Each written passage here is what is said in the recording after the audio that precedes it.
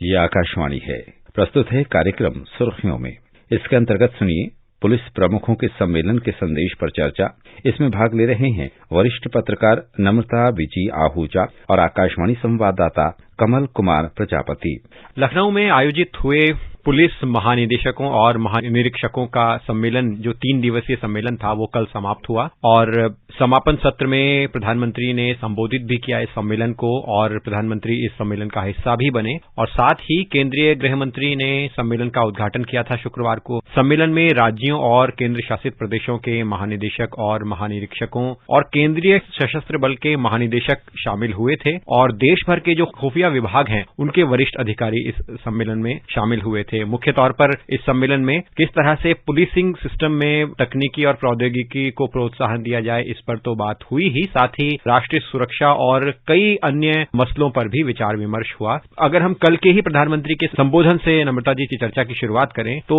कल उन्होंने अपने संबोधन में कहा कि high power police technology mission का गठन किया जाएगा, ऐसा उन्होंने सुझाव दिया और पुलिस के लिए जमीनी स्तर पर जो आवश्यकताएं हैं वो तकनीकी और प्रौद्योगिकी से पूरी हो सकें, ये मिशन इस मामले में एक अहम रोल निभा सकता है। तो आपसे यही जानना चाहेंगे कि जो ये प्रधानमंत्री ने बात रखी है ये कितनी अहम है और साथ ही पुलिस को और सशक्त करने में, पुलिसिंग सिस्टम को और बेहतर करने में तकनीक और प्रौद्योगिकी किस तरह से सहायक हो सकती है। प्राइम मिनिस्टर ने जो पुलिस टेक्नोलॉजी मिशन की बात करी 2014 फिर 2016, ऐसी उन्होंने कुछ डेडलाइंस रखी जहां पर ऑनलाइन रजिस्ट्रेशन ऑफ FIR, चाहे वो 2 टायर सिटी हो, 3 टायर सिटी हो, वहां तक ग्रास रूट लेवल पुलिसिंग की जहां तक बात है, वहां पुलिस स्टेशन पे आम आदमी जाने से मान लो आपका केस नहीं रजिस्टर होता, पुलिस रिकॉर्ड्स आपके कई बार मिलते नहीं हैं। बिल्कुल बेसिक जो प्रॉब्लम्स एक आम आदमी को होती हैं ग्रास रूट लेवल पे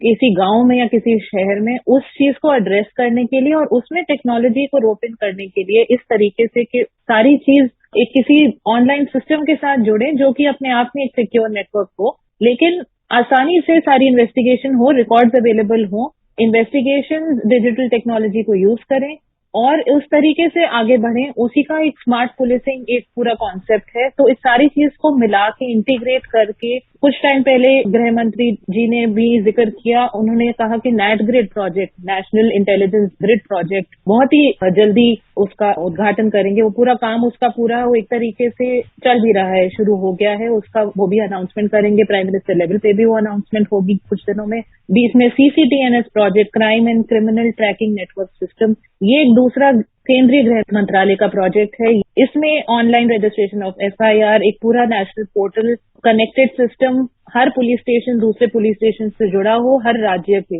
डिस्ट्रिक्ट लेवल पे और उसके आगे नीचे उससे रीजनल लेवल पे और स्टेट लेवल पे, वो काम ऑलरेडी हो चुका है CCTNS का। नेशनल इंटेलिजेंस ग्रिड एक अलग ग्रिड, जहां पर मान लो कोई टेररिस्ट अलर्ट्स आ रहे हैं, किसी आदमी का कोई क्रिमिनल रिकॉर्ड मान लो तेलंगाना में है तो यूपी पुलिस एक्सेस करना चाहती है, लखनऊ में है तो पंजाब पुलिस कैसे देखे, उस सारी रिकॉर्ड्स को जोड़ के और पुलिस स्टेशन में जो कांस्टेबल बैठा हो वो भी देख सके और बाकी पुलिस ऑफिसर चाहे केरला से हो चाहे कश्मीर से हो, सारे एक इंटीग्रेटेड नेटवर्क पे चल सके, उसका काम है। तो ये जो high powered police technology mission है, ये इन्हीं चीजों को और बढ़ोतरी देगी, इन्हीं में और मदद करेगी और उसी हिसाब से फंड दिए जाएंगे, जिससे बिल्कुल जो कॉन्सेप्ट है एक स्मार्ट पुलिसिंग का, एक ऑनलाइन सिस्टम का, एक पुलिस को ग्रास रूट लेवल पे और स्ट्रेंथन करने का, नए चेंजेस के साथ आज के दौर में जिस तरीके के क्राइम है, जिस तरीके की इन्वेस्टिगेशन बहुत ही नाजुक है, उसको और टेक्नोलॉजी टूल्स चाहिए, वो सब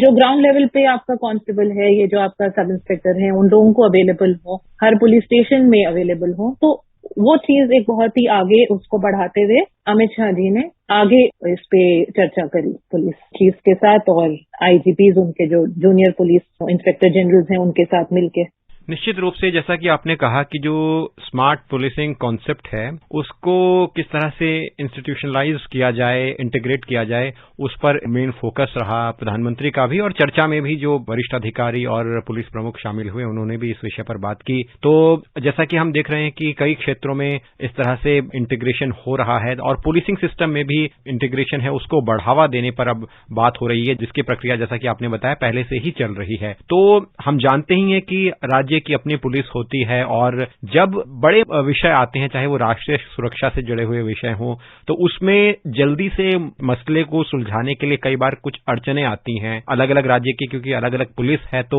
कुछ औपचारिकताएं होती हैं, लेकिन जब इस तरह से इनको एकीकृत किया जाएगा तो उससे आप कैसे मानती हैं कि जो बाध्यताएं हैं उन्हें दूर करने में इससे मदद मिलेगी? यही तभी जिस तरह की चर्चा लखनऊ में हुई वो इस सारे इनिशिएटिव का एक पार्ट है। एक टाइम पे पुरानी सरकार के टाइम पे और सदियों से जब से डीजीपी आईजीपी कॉन्फ्रेंस चलती आ रही है तब से वो दिल्ली में होती थी। वो दिल्ली में ये कॉन्फ्रेंस करके सारे पुलिस चीफ या जितने agencies central arm police forces हैं उनके चीफ देश भर से सारे लोग आके दिल्ली में चर्चा करते थे। धीरे धीरे नया सिस्टम में मोदी जी ने इस चीज को ऐसे बढ़ाया कि पहले कच्छ में करी, गुजरात में करी, गुजरात में जाके जो यूपी का ऑफिसर है या कश्मीर का उसने आके उधर के पुलिसिंग सिस्टम सीखे। उसके बाद उन्होंने एक बारी पुणे में करी, एक बारी नेशनल पुलिस एकेडमी हैदराबाद में करी, जैसे लखनऊ में करी। तो जितने पुलिस ऑफिसर्स हैं इन चीज का खाली सिंबॉलिक मतलब नहीं है कि एक राज्य से दूसरे राज्य में पुलिस कॉन्फ्रेंस हो रही है, बट वहां पर चर्चा करने का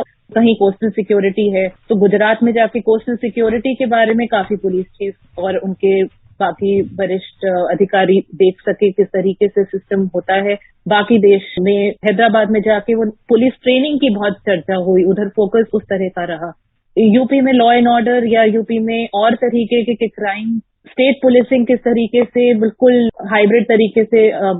सारी चीजें मिला के जितनी थ्रेट्स हैं सारे लैंड से हो या आजकल ड्रोन टेक्नोलॉजी की बात हो रही है तो पंजाब वाले जितने नॉर्थ इंडिया के बॉर्डर से आते हुए थ्रेट्स हो, चाहे नेपाल बॉर्डर हो गया यूपी से, उनको इंटीग्रेट करके उस तरह की चर्चा पे भी जोर दिया गया। किस तरीके से स्टेट टर्फ वॉर हो जाती हैं एजेंसीज में, उन चीजों पे भी इंटीग्रेशन अगर टेक्नोलॉजी का ठीक तरीके से यूज होगा, सब कुछ ऑनलाइन सिस्टम है, सारी चीजें अवेलेबल हैं, तो वहां पर ज्यादा उसके साथ सिस्टम के साथ छेड़छाड़ करना या किसी से इंफॉर्मेशन एक्सेस करना जो कि एक टाइम पे बड़ा मुश्किल रहता था, तो उस तरीके से स्टेट्स को साथ लेके चलना होम मिनिस्ट्री ऑफिशियल्स में इस तरीके से अटेम्प्ट भी करा है इस सारी कॉन्फ्रेंस को लेकर के फेडरल स्ट्रक्चर जो है वो कहीं डिस्टर्ब नहीं हो रहा है। स्टेट्स को एश्योरेंस मिली है कि सेंट्रल स्टेट कोऑर्डिनेशन की कोई प्रॉब्लम नहीं आनी चाहिए। काफी लोग सेटिस्फाइड हैं इसमें अब फिर,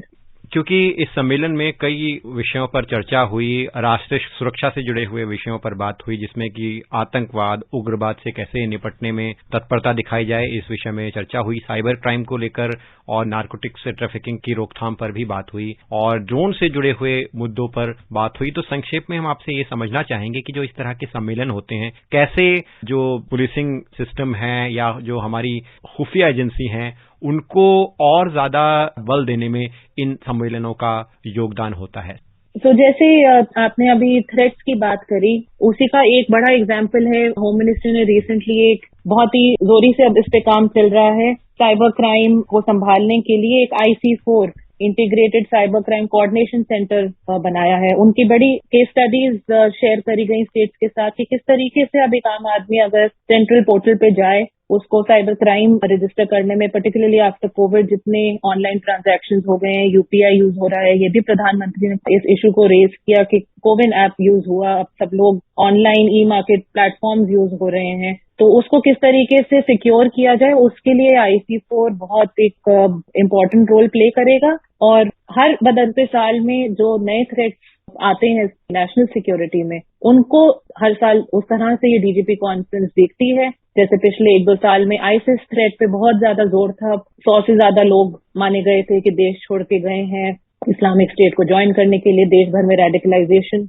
बहुत बढ़ रही है, चाहे वो कश्मीर हो या केरला हो, बड़े सारे केसेस सामने आए जो कि नेशनल इन्वेस्टिगेशन एजेंसी जो कि सेंट्रल एजेंसी है, काउंटर टेररिज्म एजेंसी, उसने देखे, तो उस पे बड़ा जोर रहा, उस पे इतना काम चला, डी रेडिकलाइजेशन पॉलिसीज बनाई गई स्टेट्स पे, सेंटर के लेवल पे भी काफी काम चला, तो उससे आज इतने केसेस क्रैक करे एनआईए ने और रेडिकलाइजेशन पे कहीं थोड़े टाइम पे थोड़ा रोकथाम रहा, कुछ अवेयरनेस पैदा हुई पुलिसिंग सिस्टम में भी और लोगों में भी। तो इसी तरीके से अब साइबर क्राइम और टेक्नोलॉजी ये इस बार एक बहुत ही बड़ा मुद्दा रहा। नम्रता जी, आपका धन्यवाद। आप कार्यक्रम में जुड़ी और विषय पर आपने हमारे साथ चर्चा की। Thank you. अभी आप सुन रहे थे पुलिस प्रमुखों के सम्मेलन के संदेश पर चर्चा। इसमें भाग ले रहे थे वरिष्ठ पत्रकार नम्रता विजी आहूजा और आकाशवाणी संवाददाता कमल कुमार प्रजापति। ये कार्यक्रम आकाशवाणी के समाचार सेवा प्रभाग द्वारा प्रस्तुत किया गया।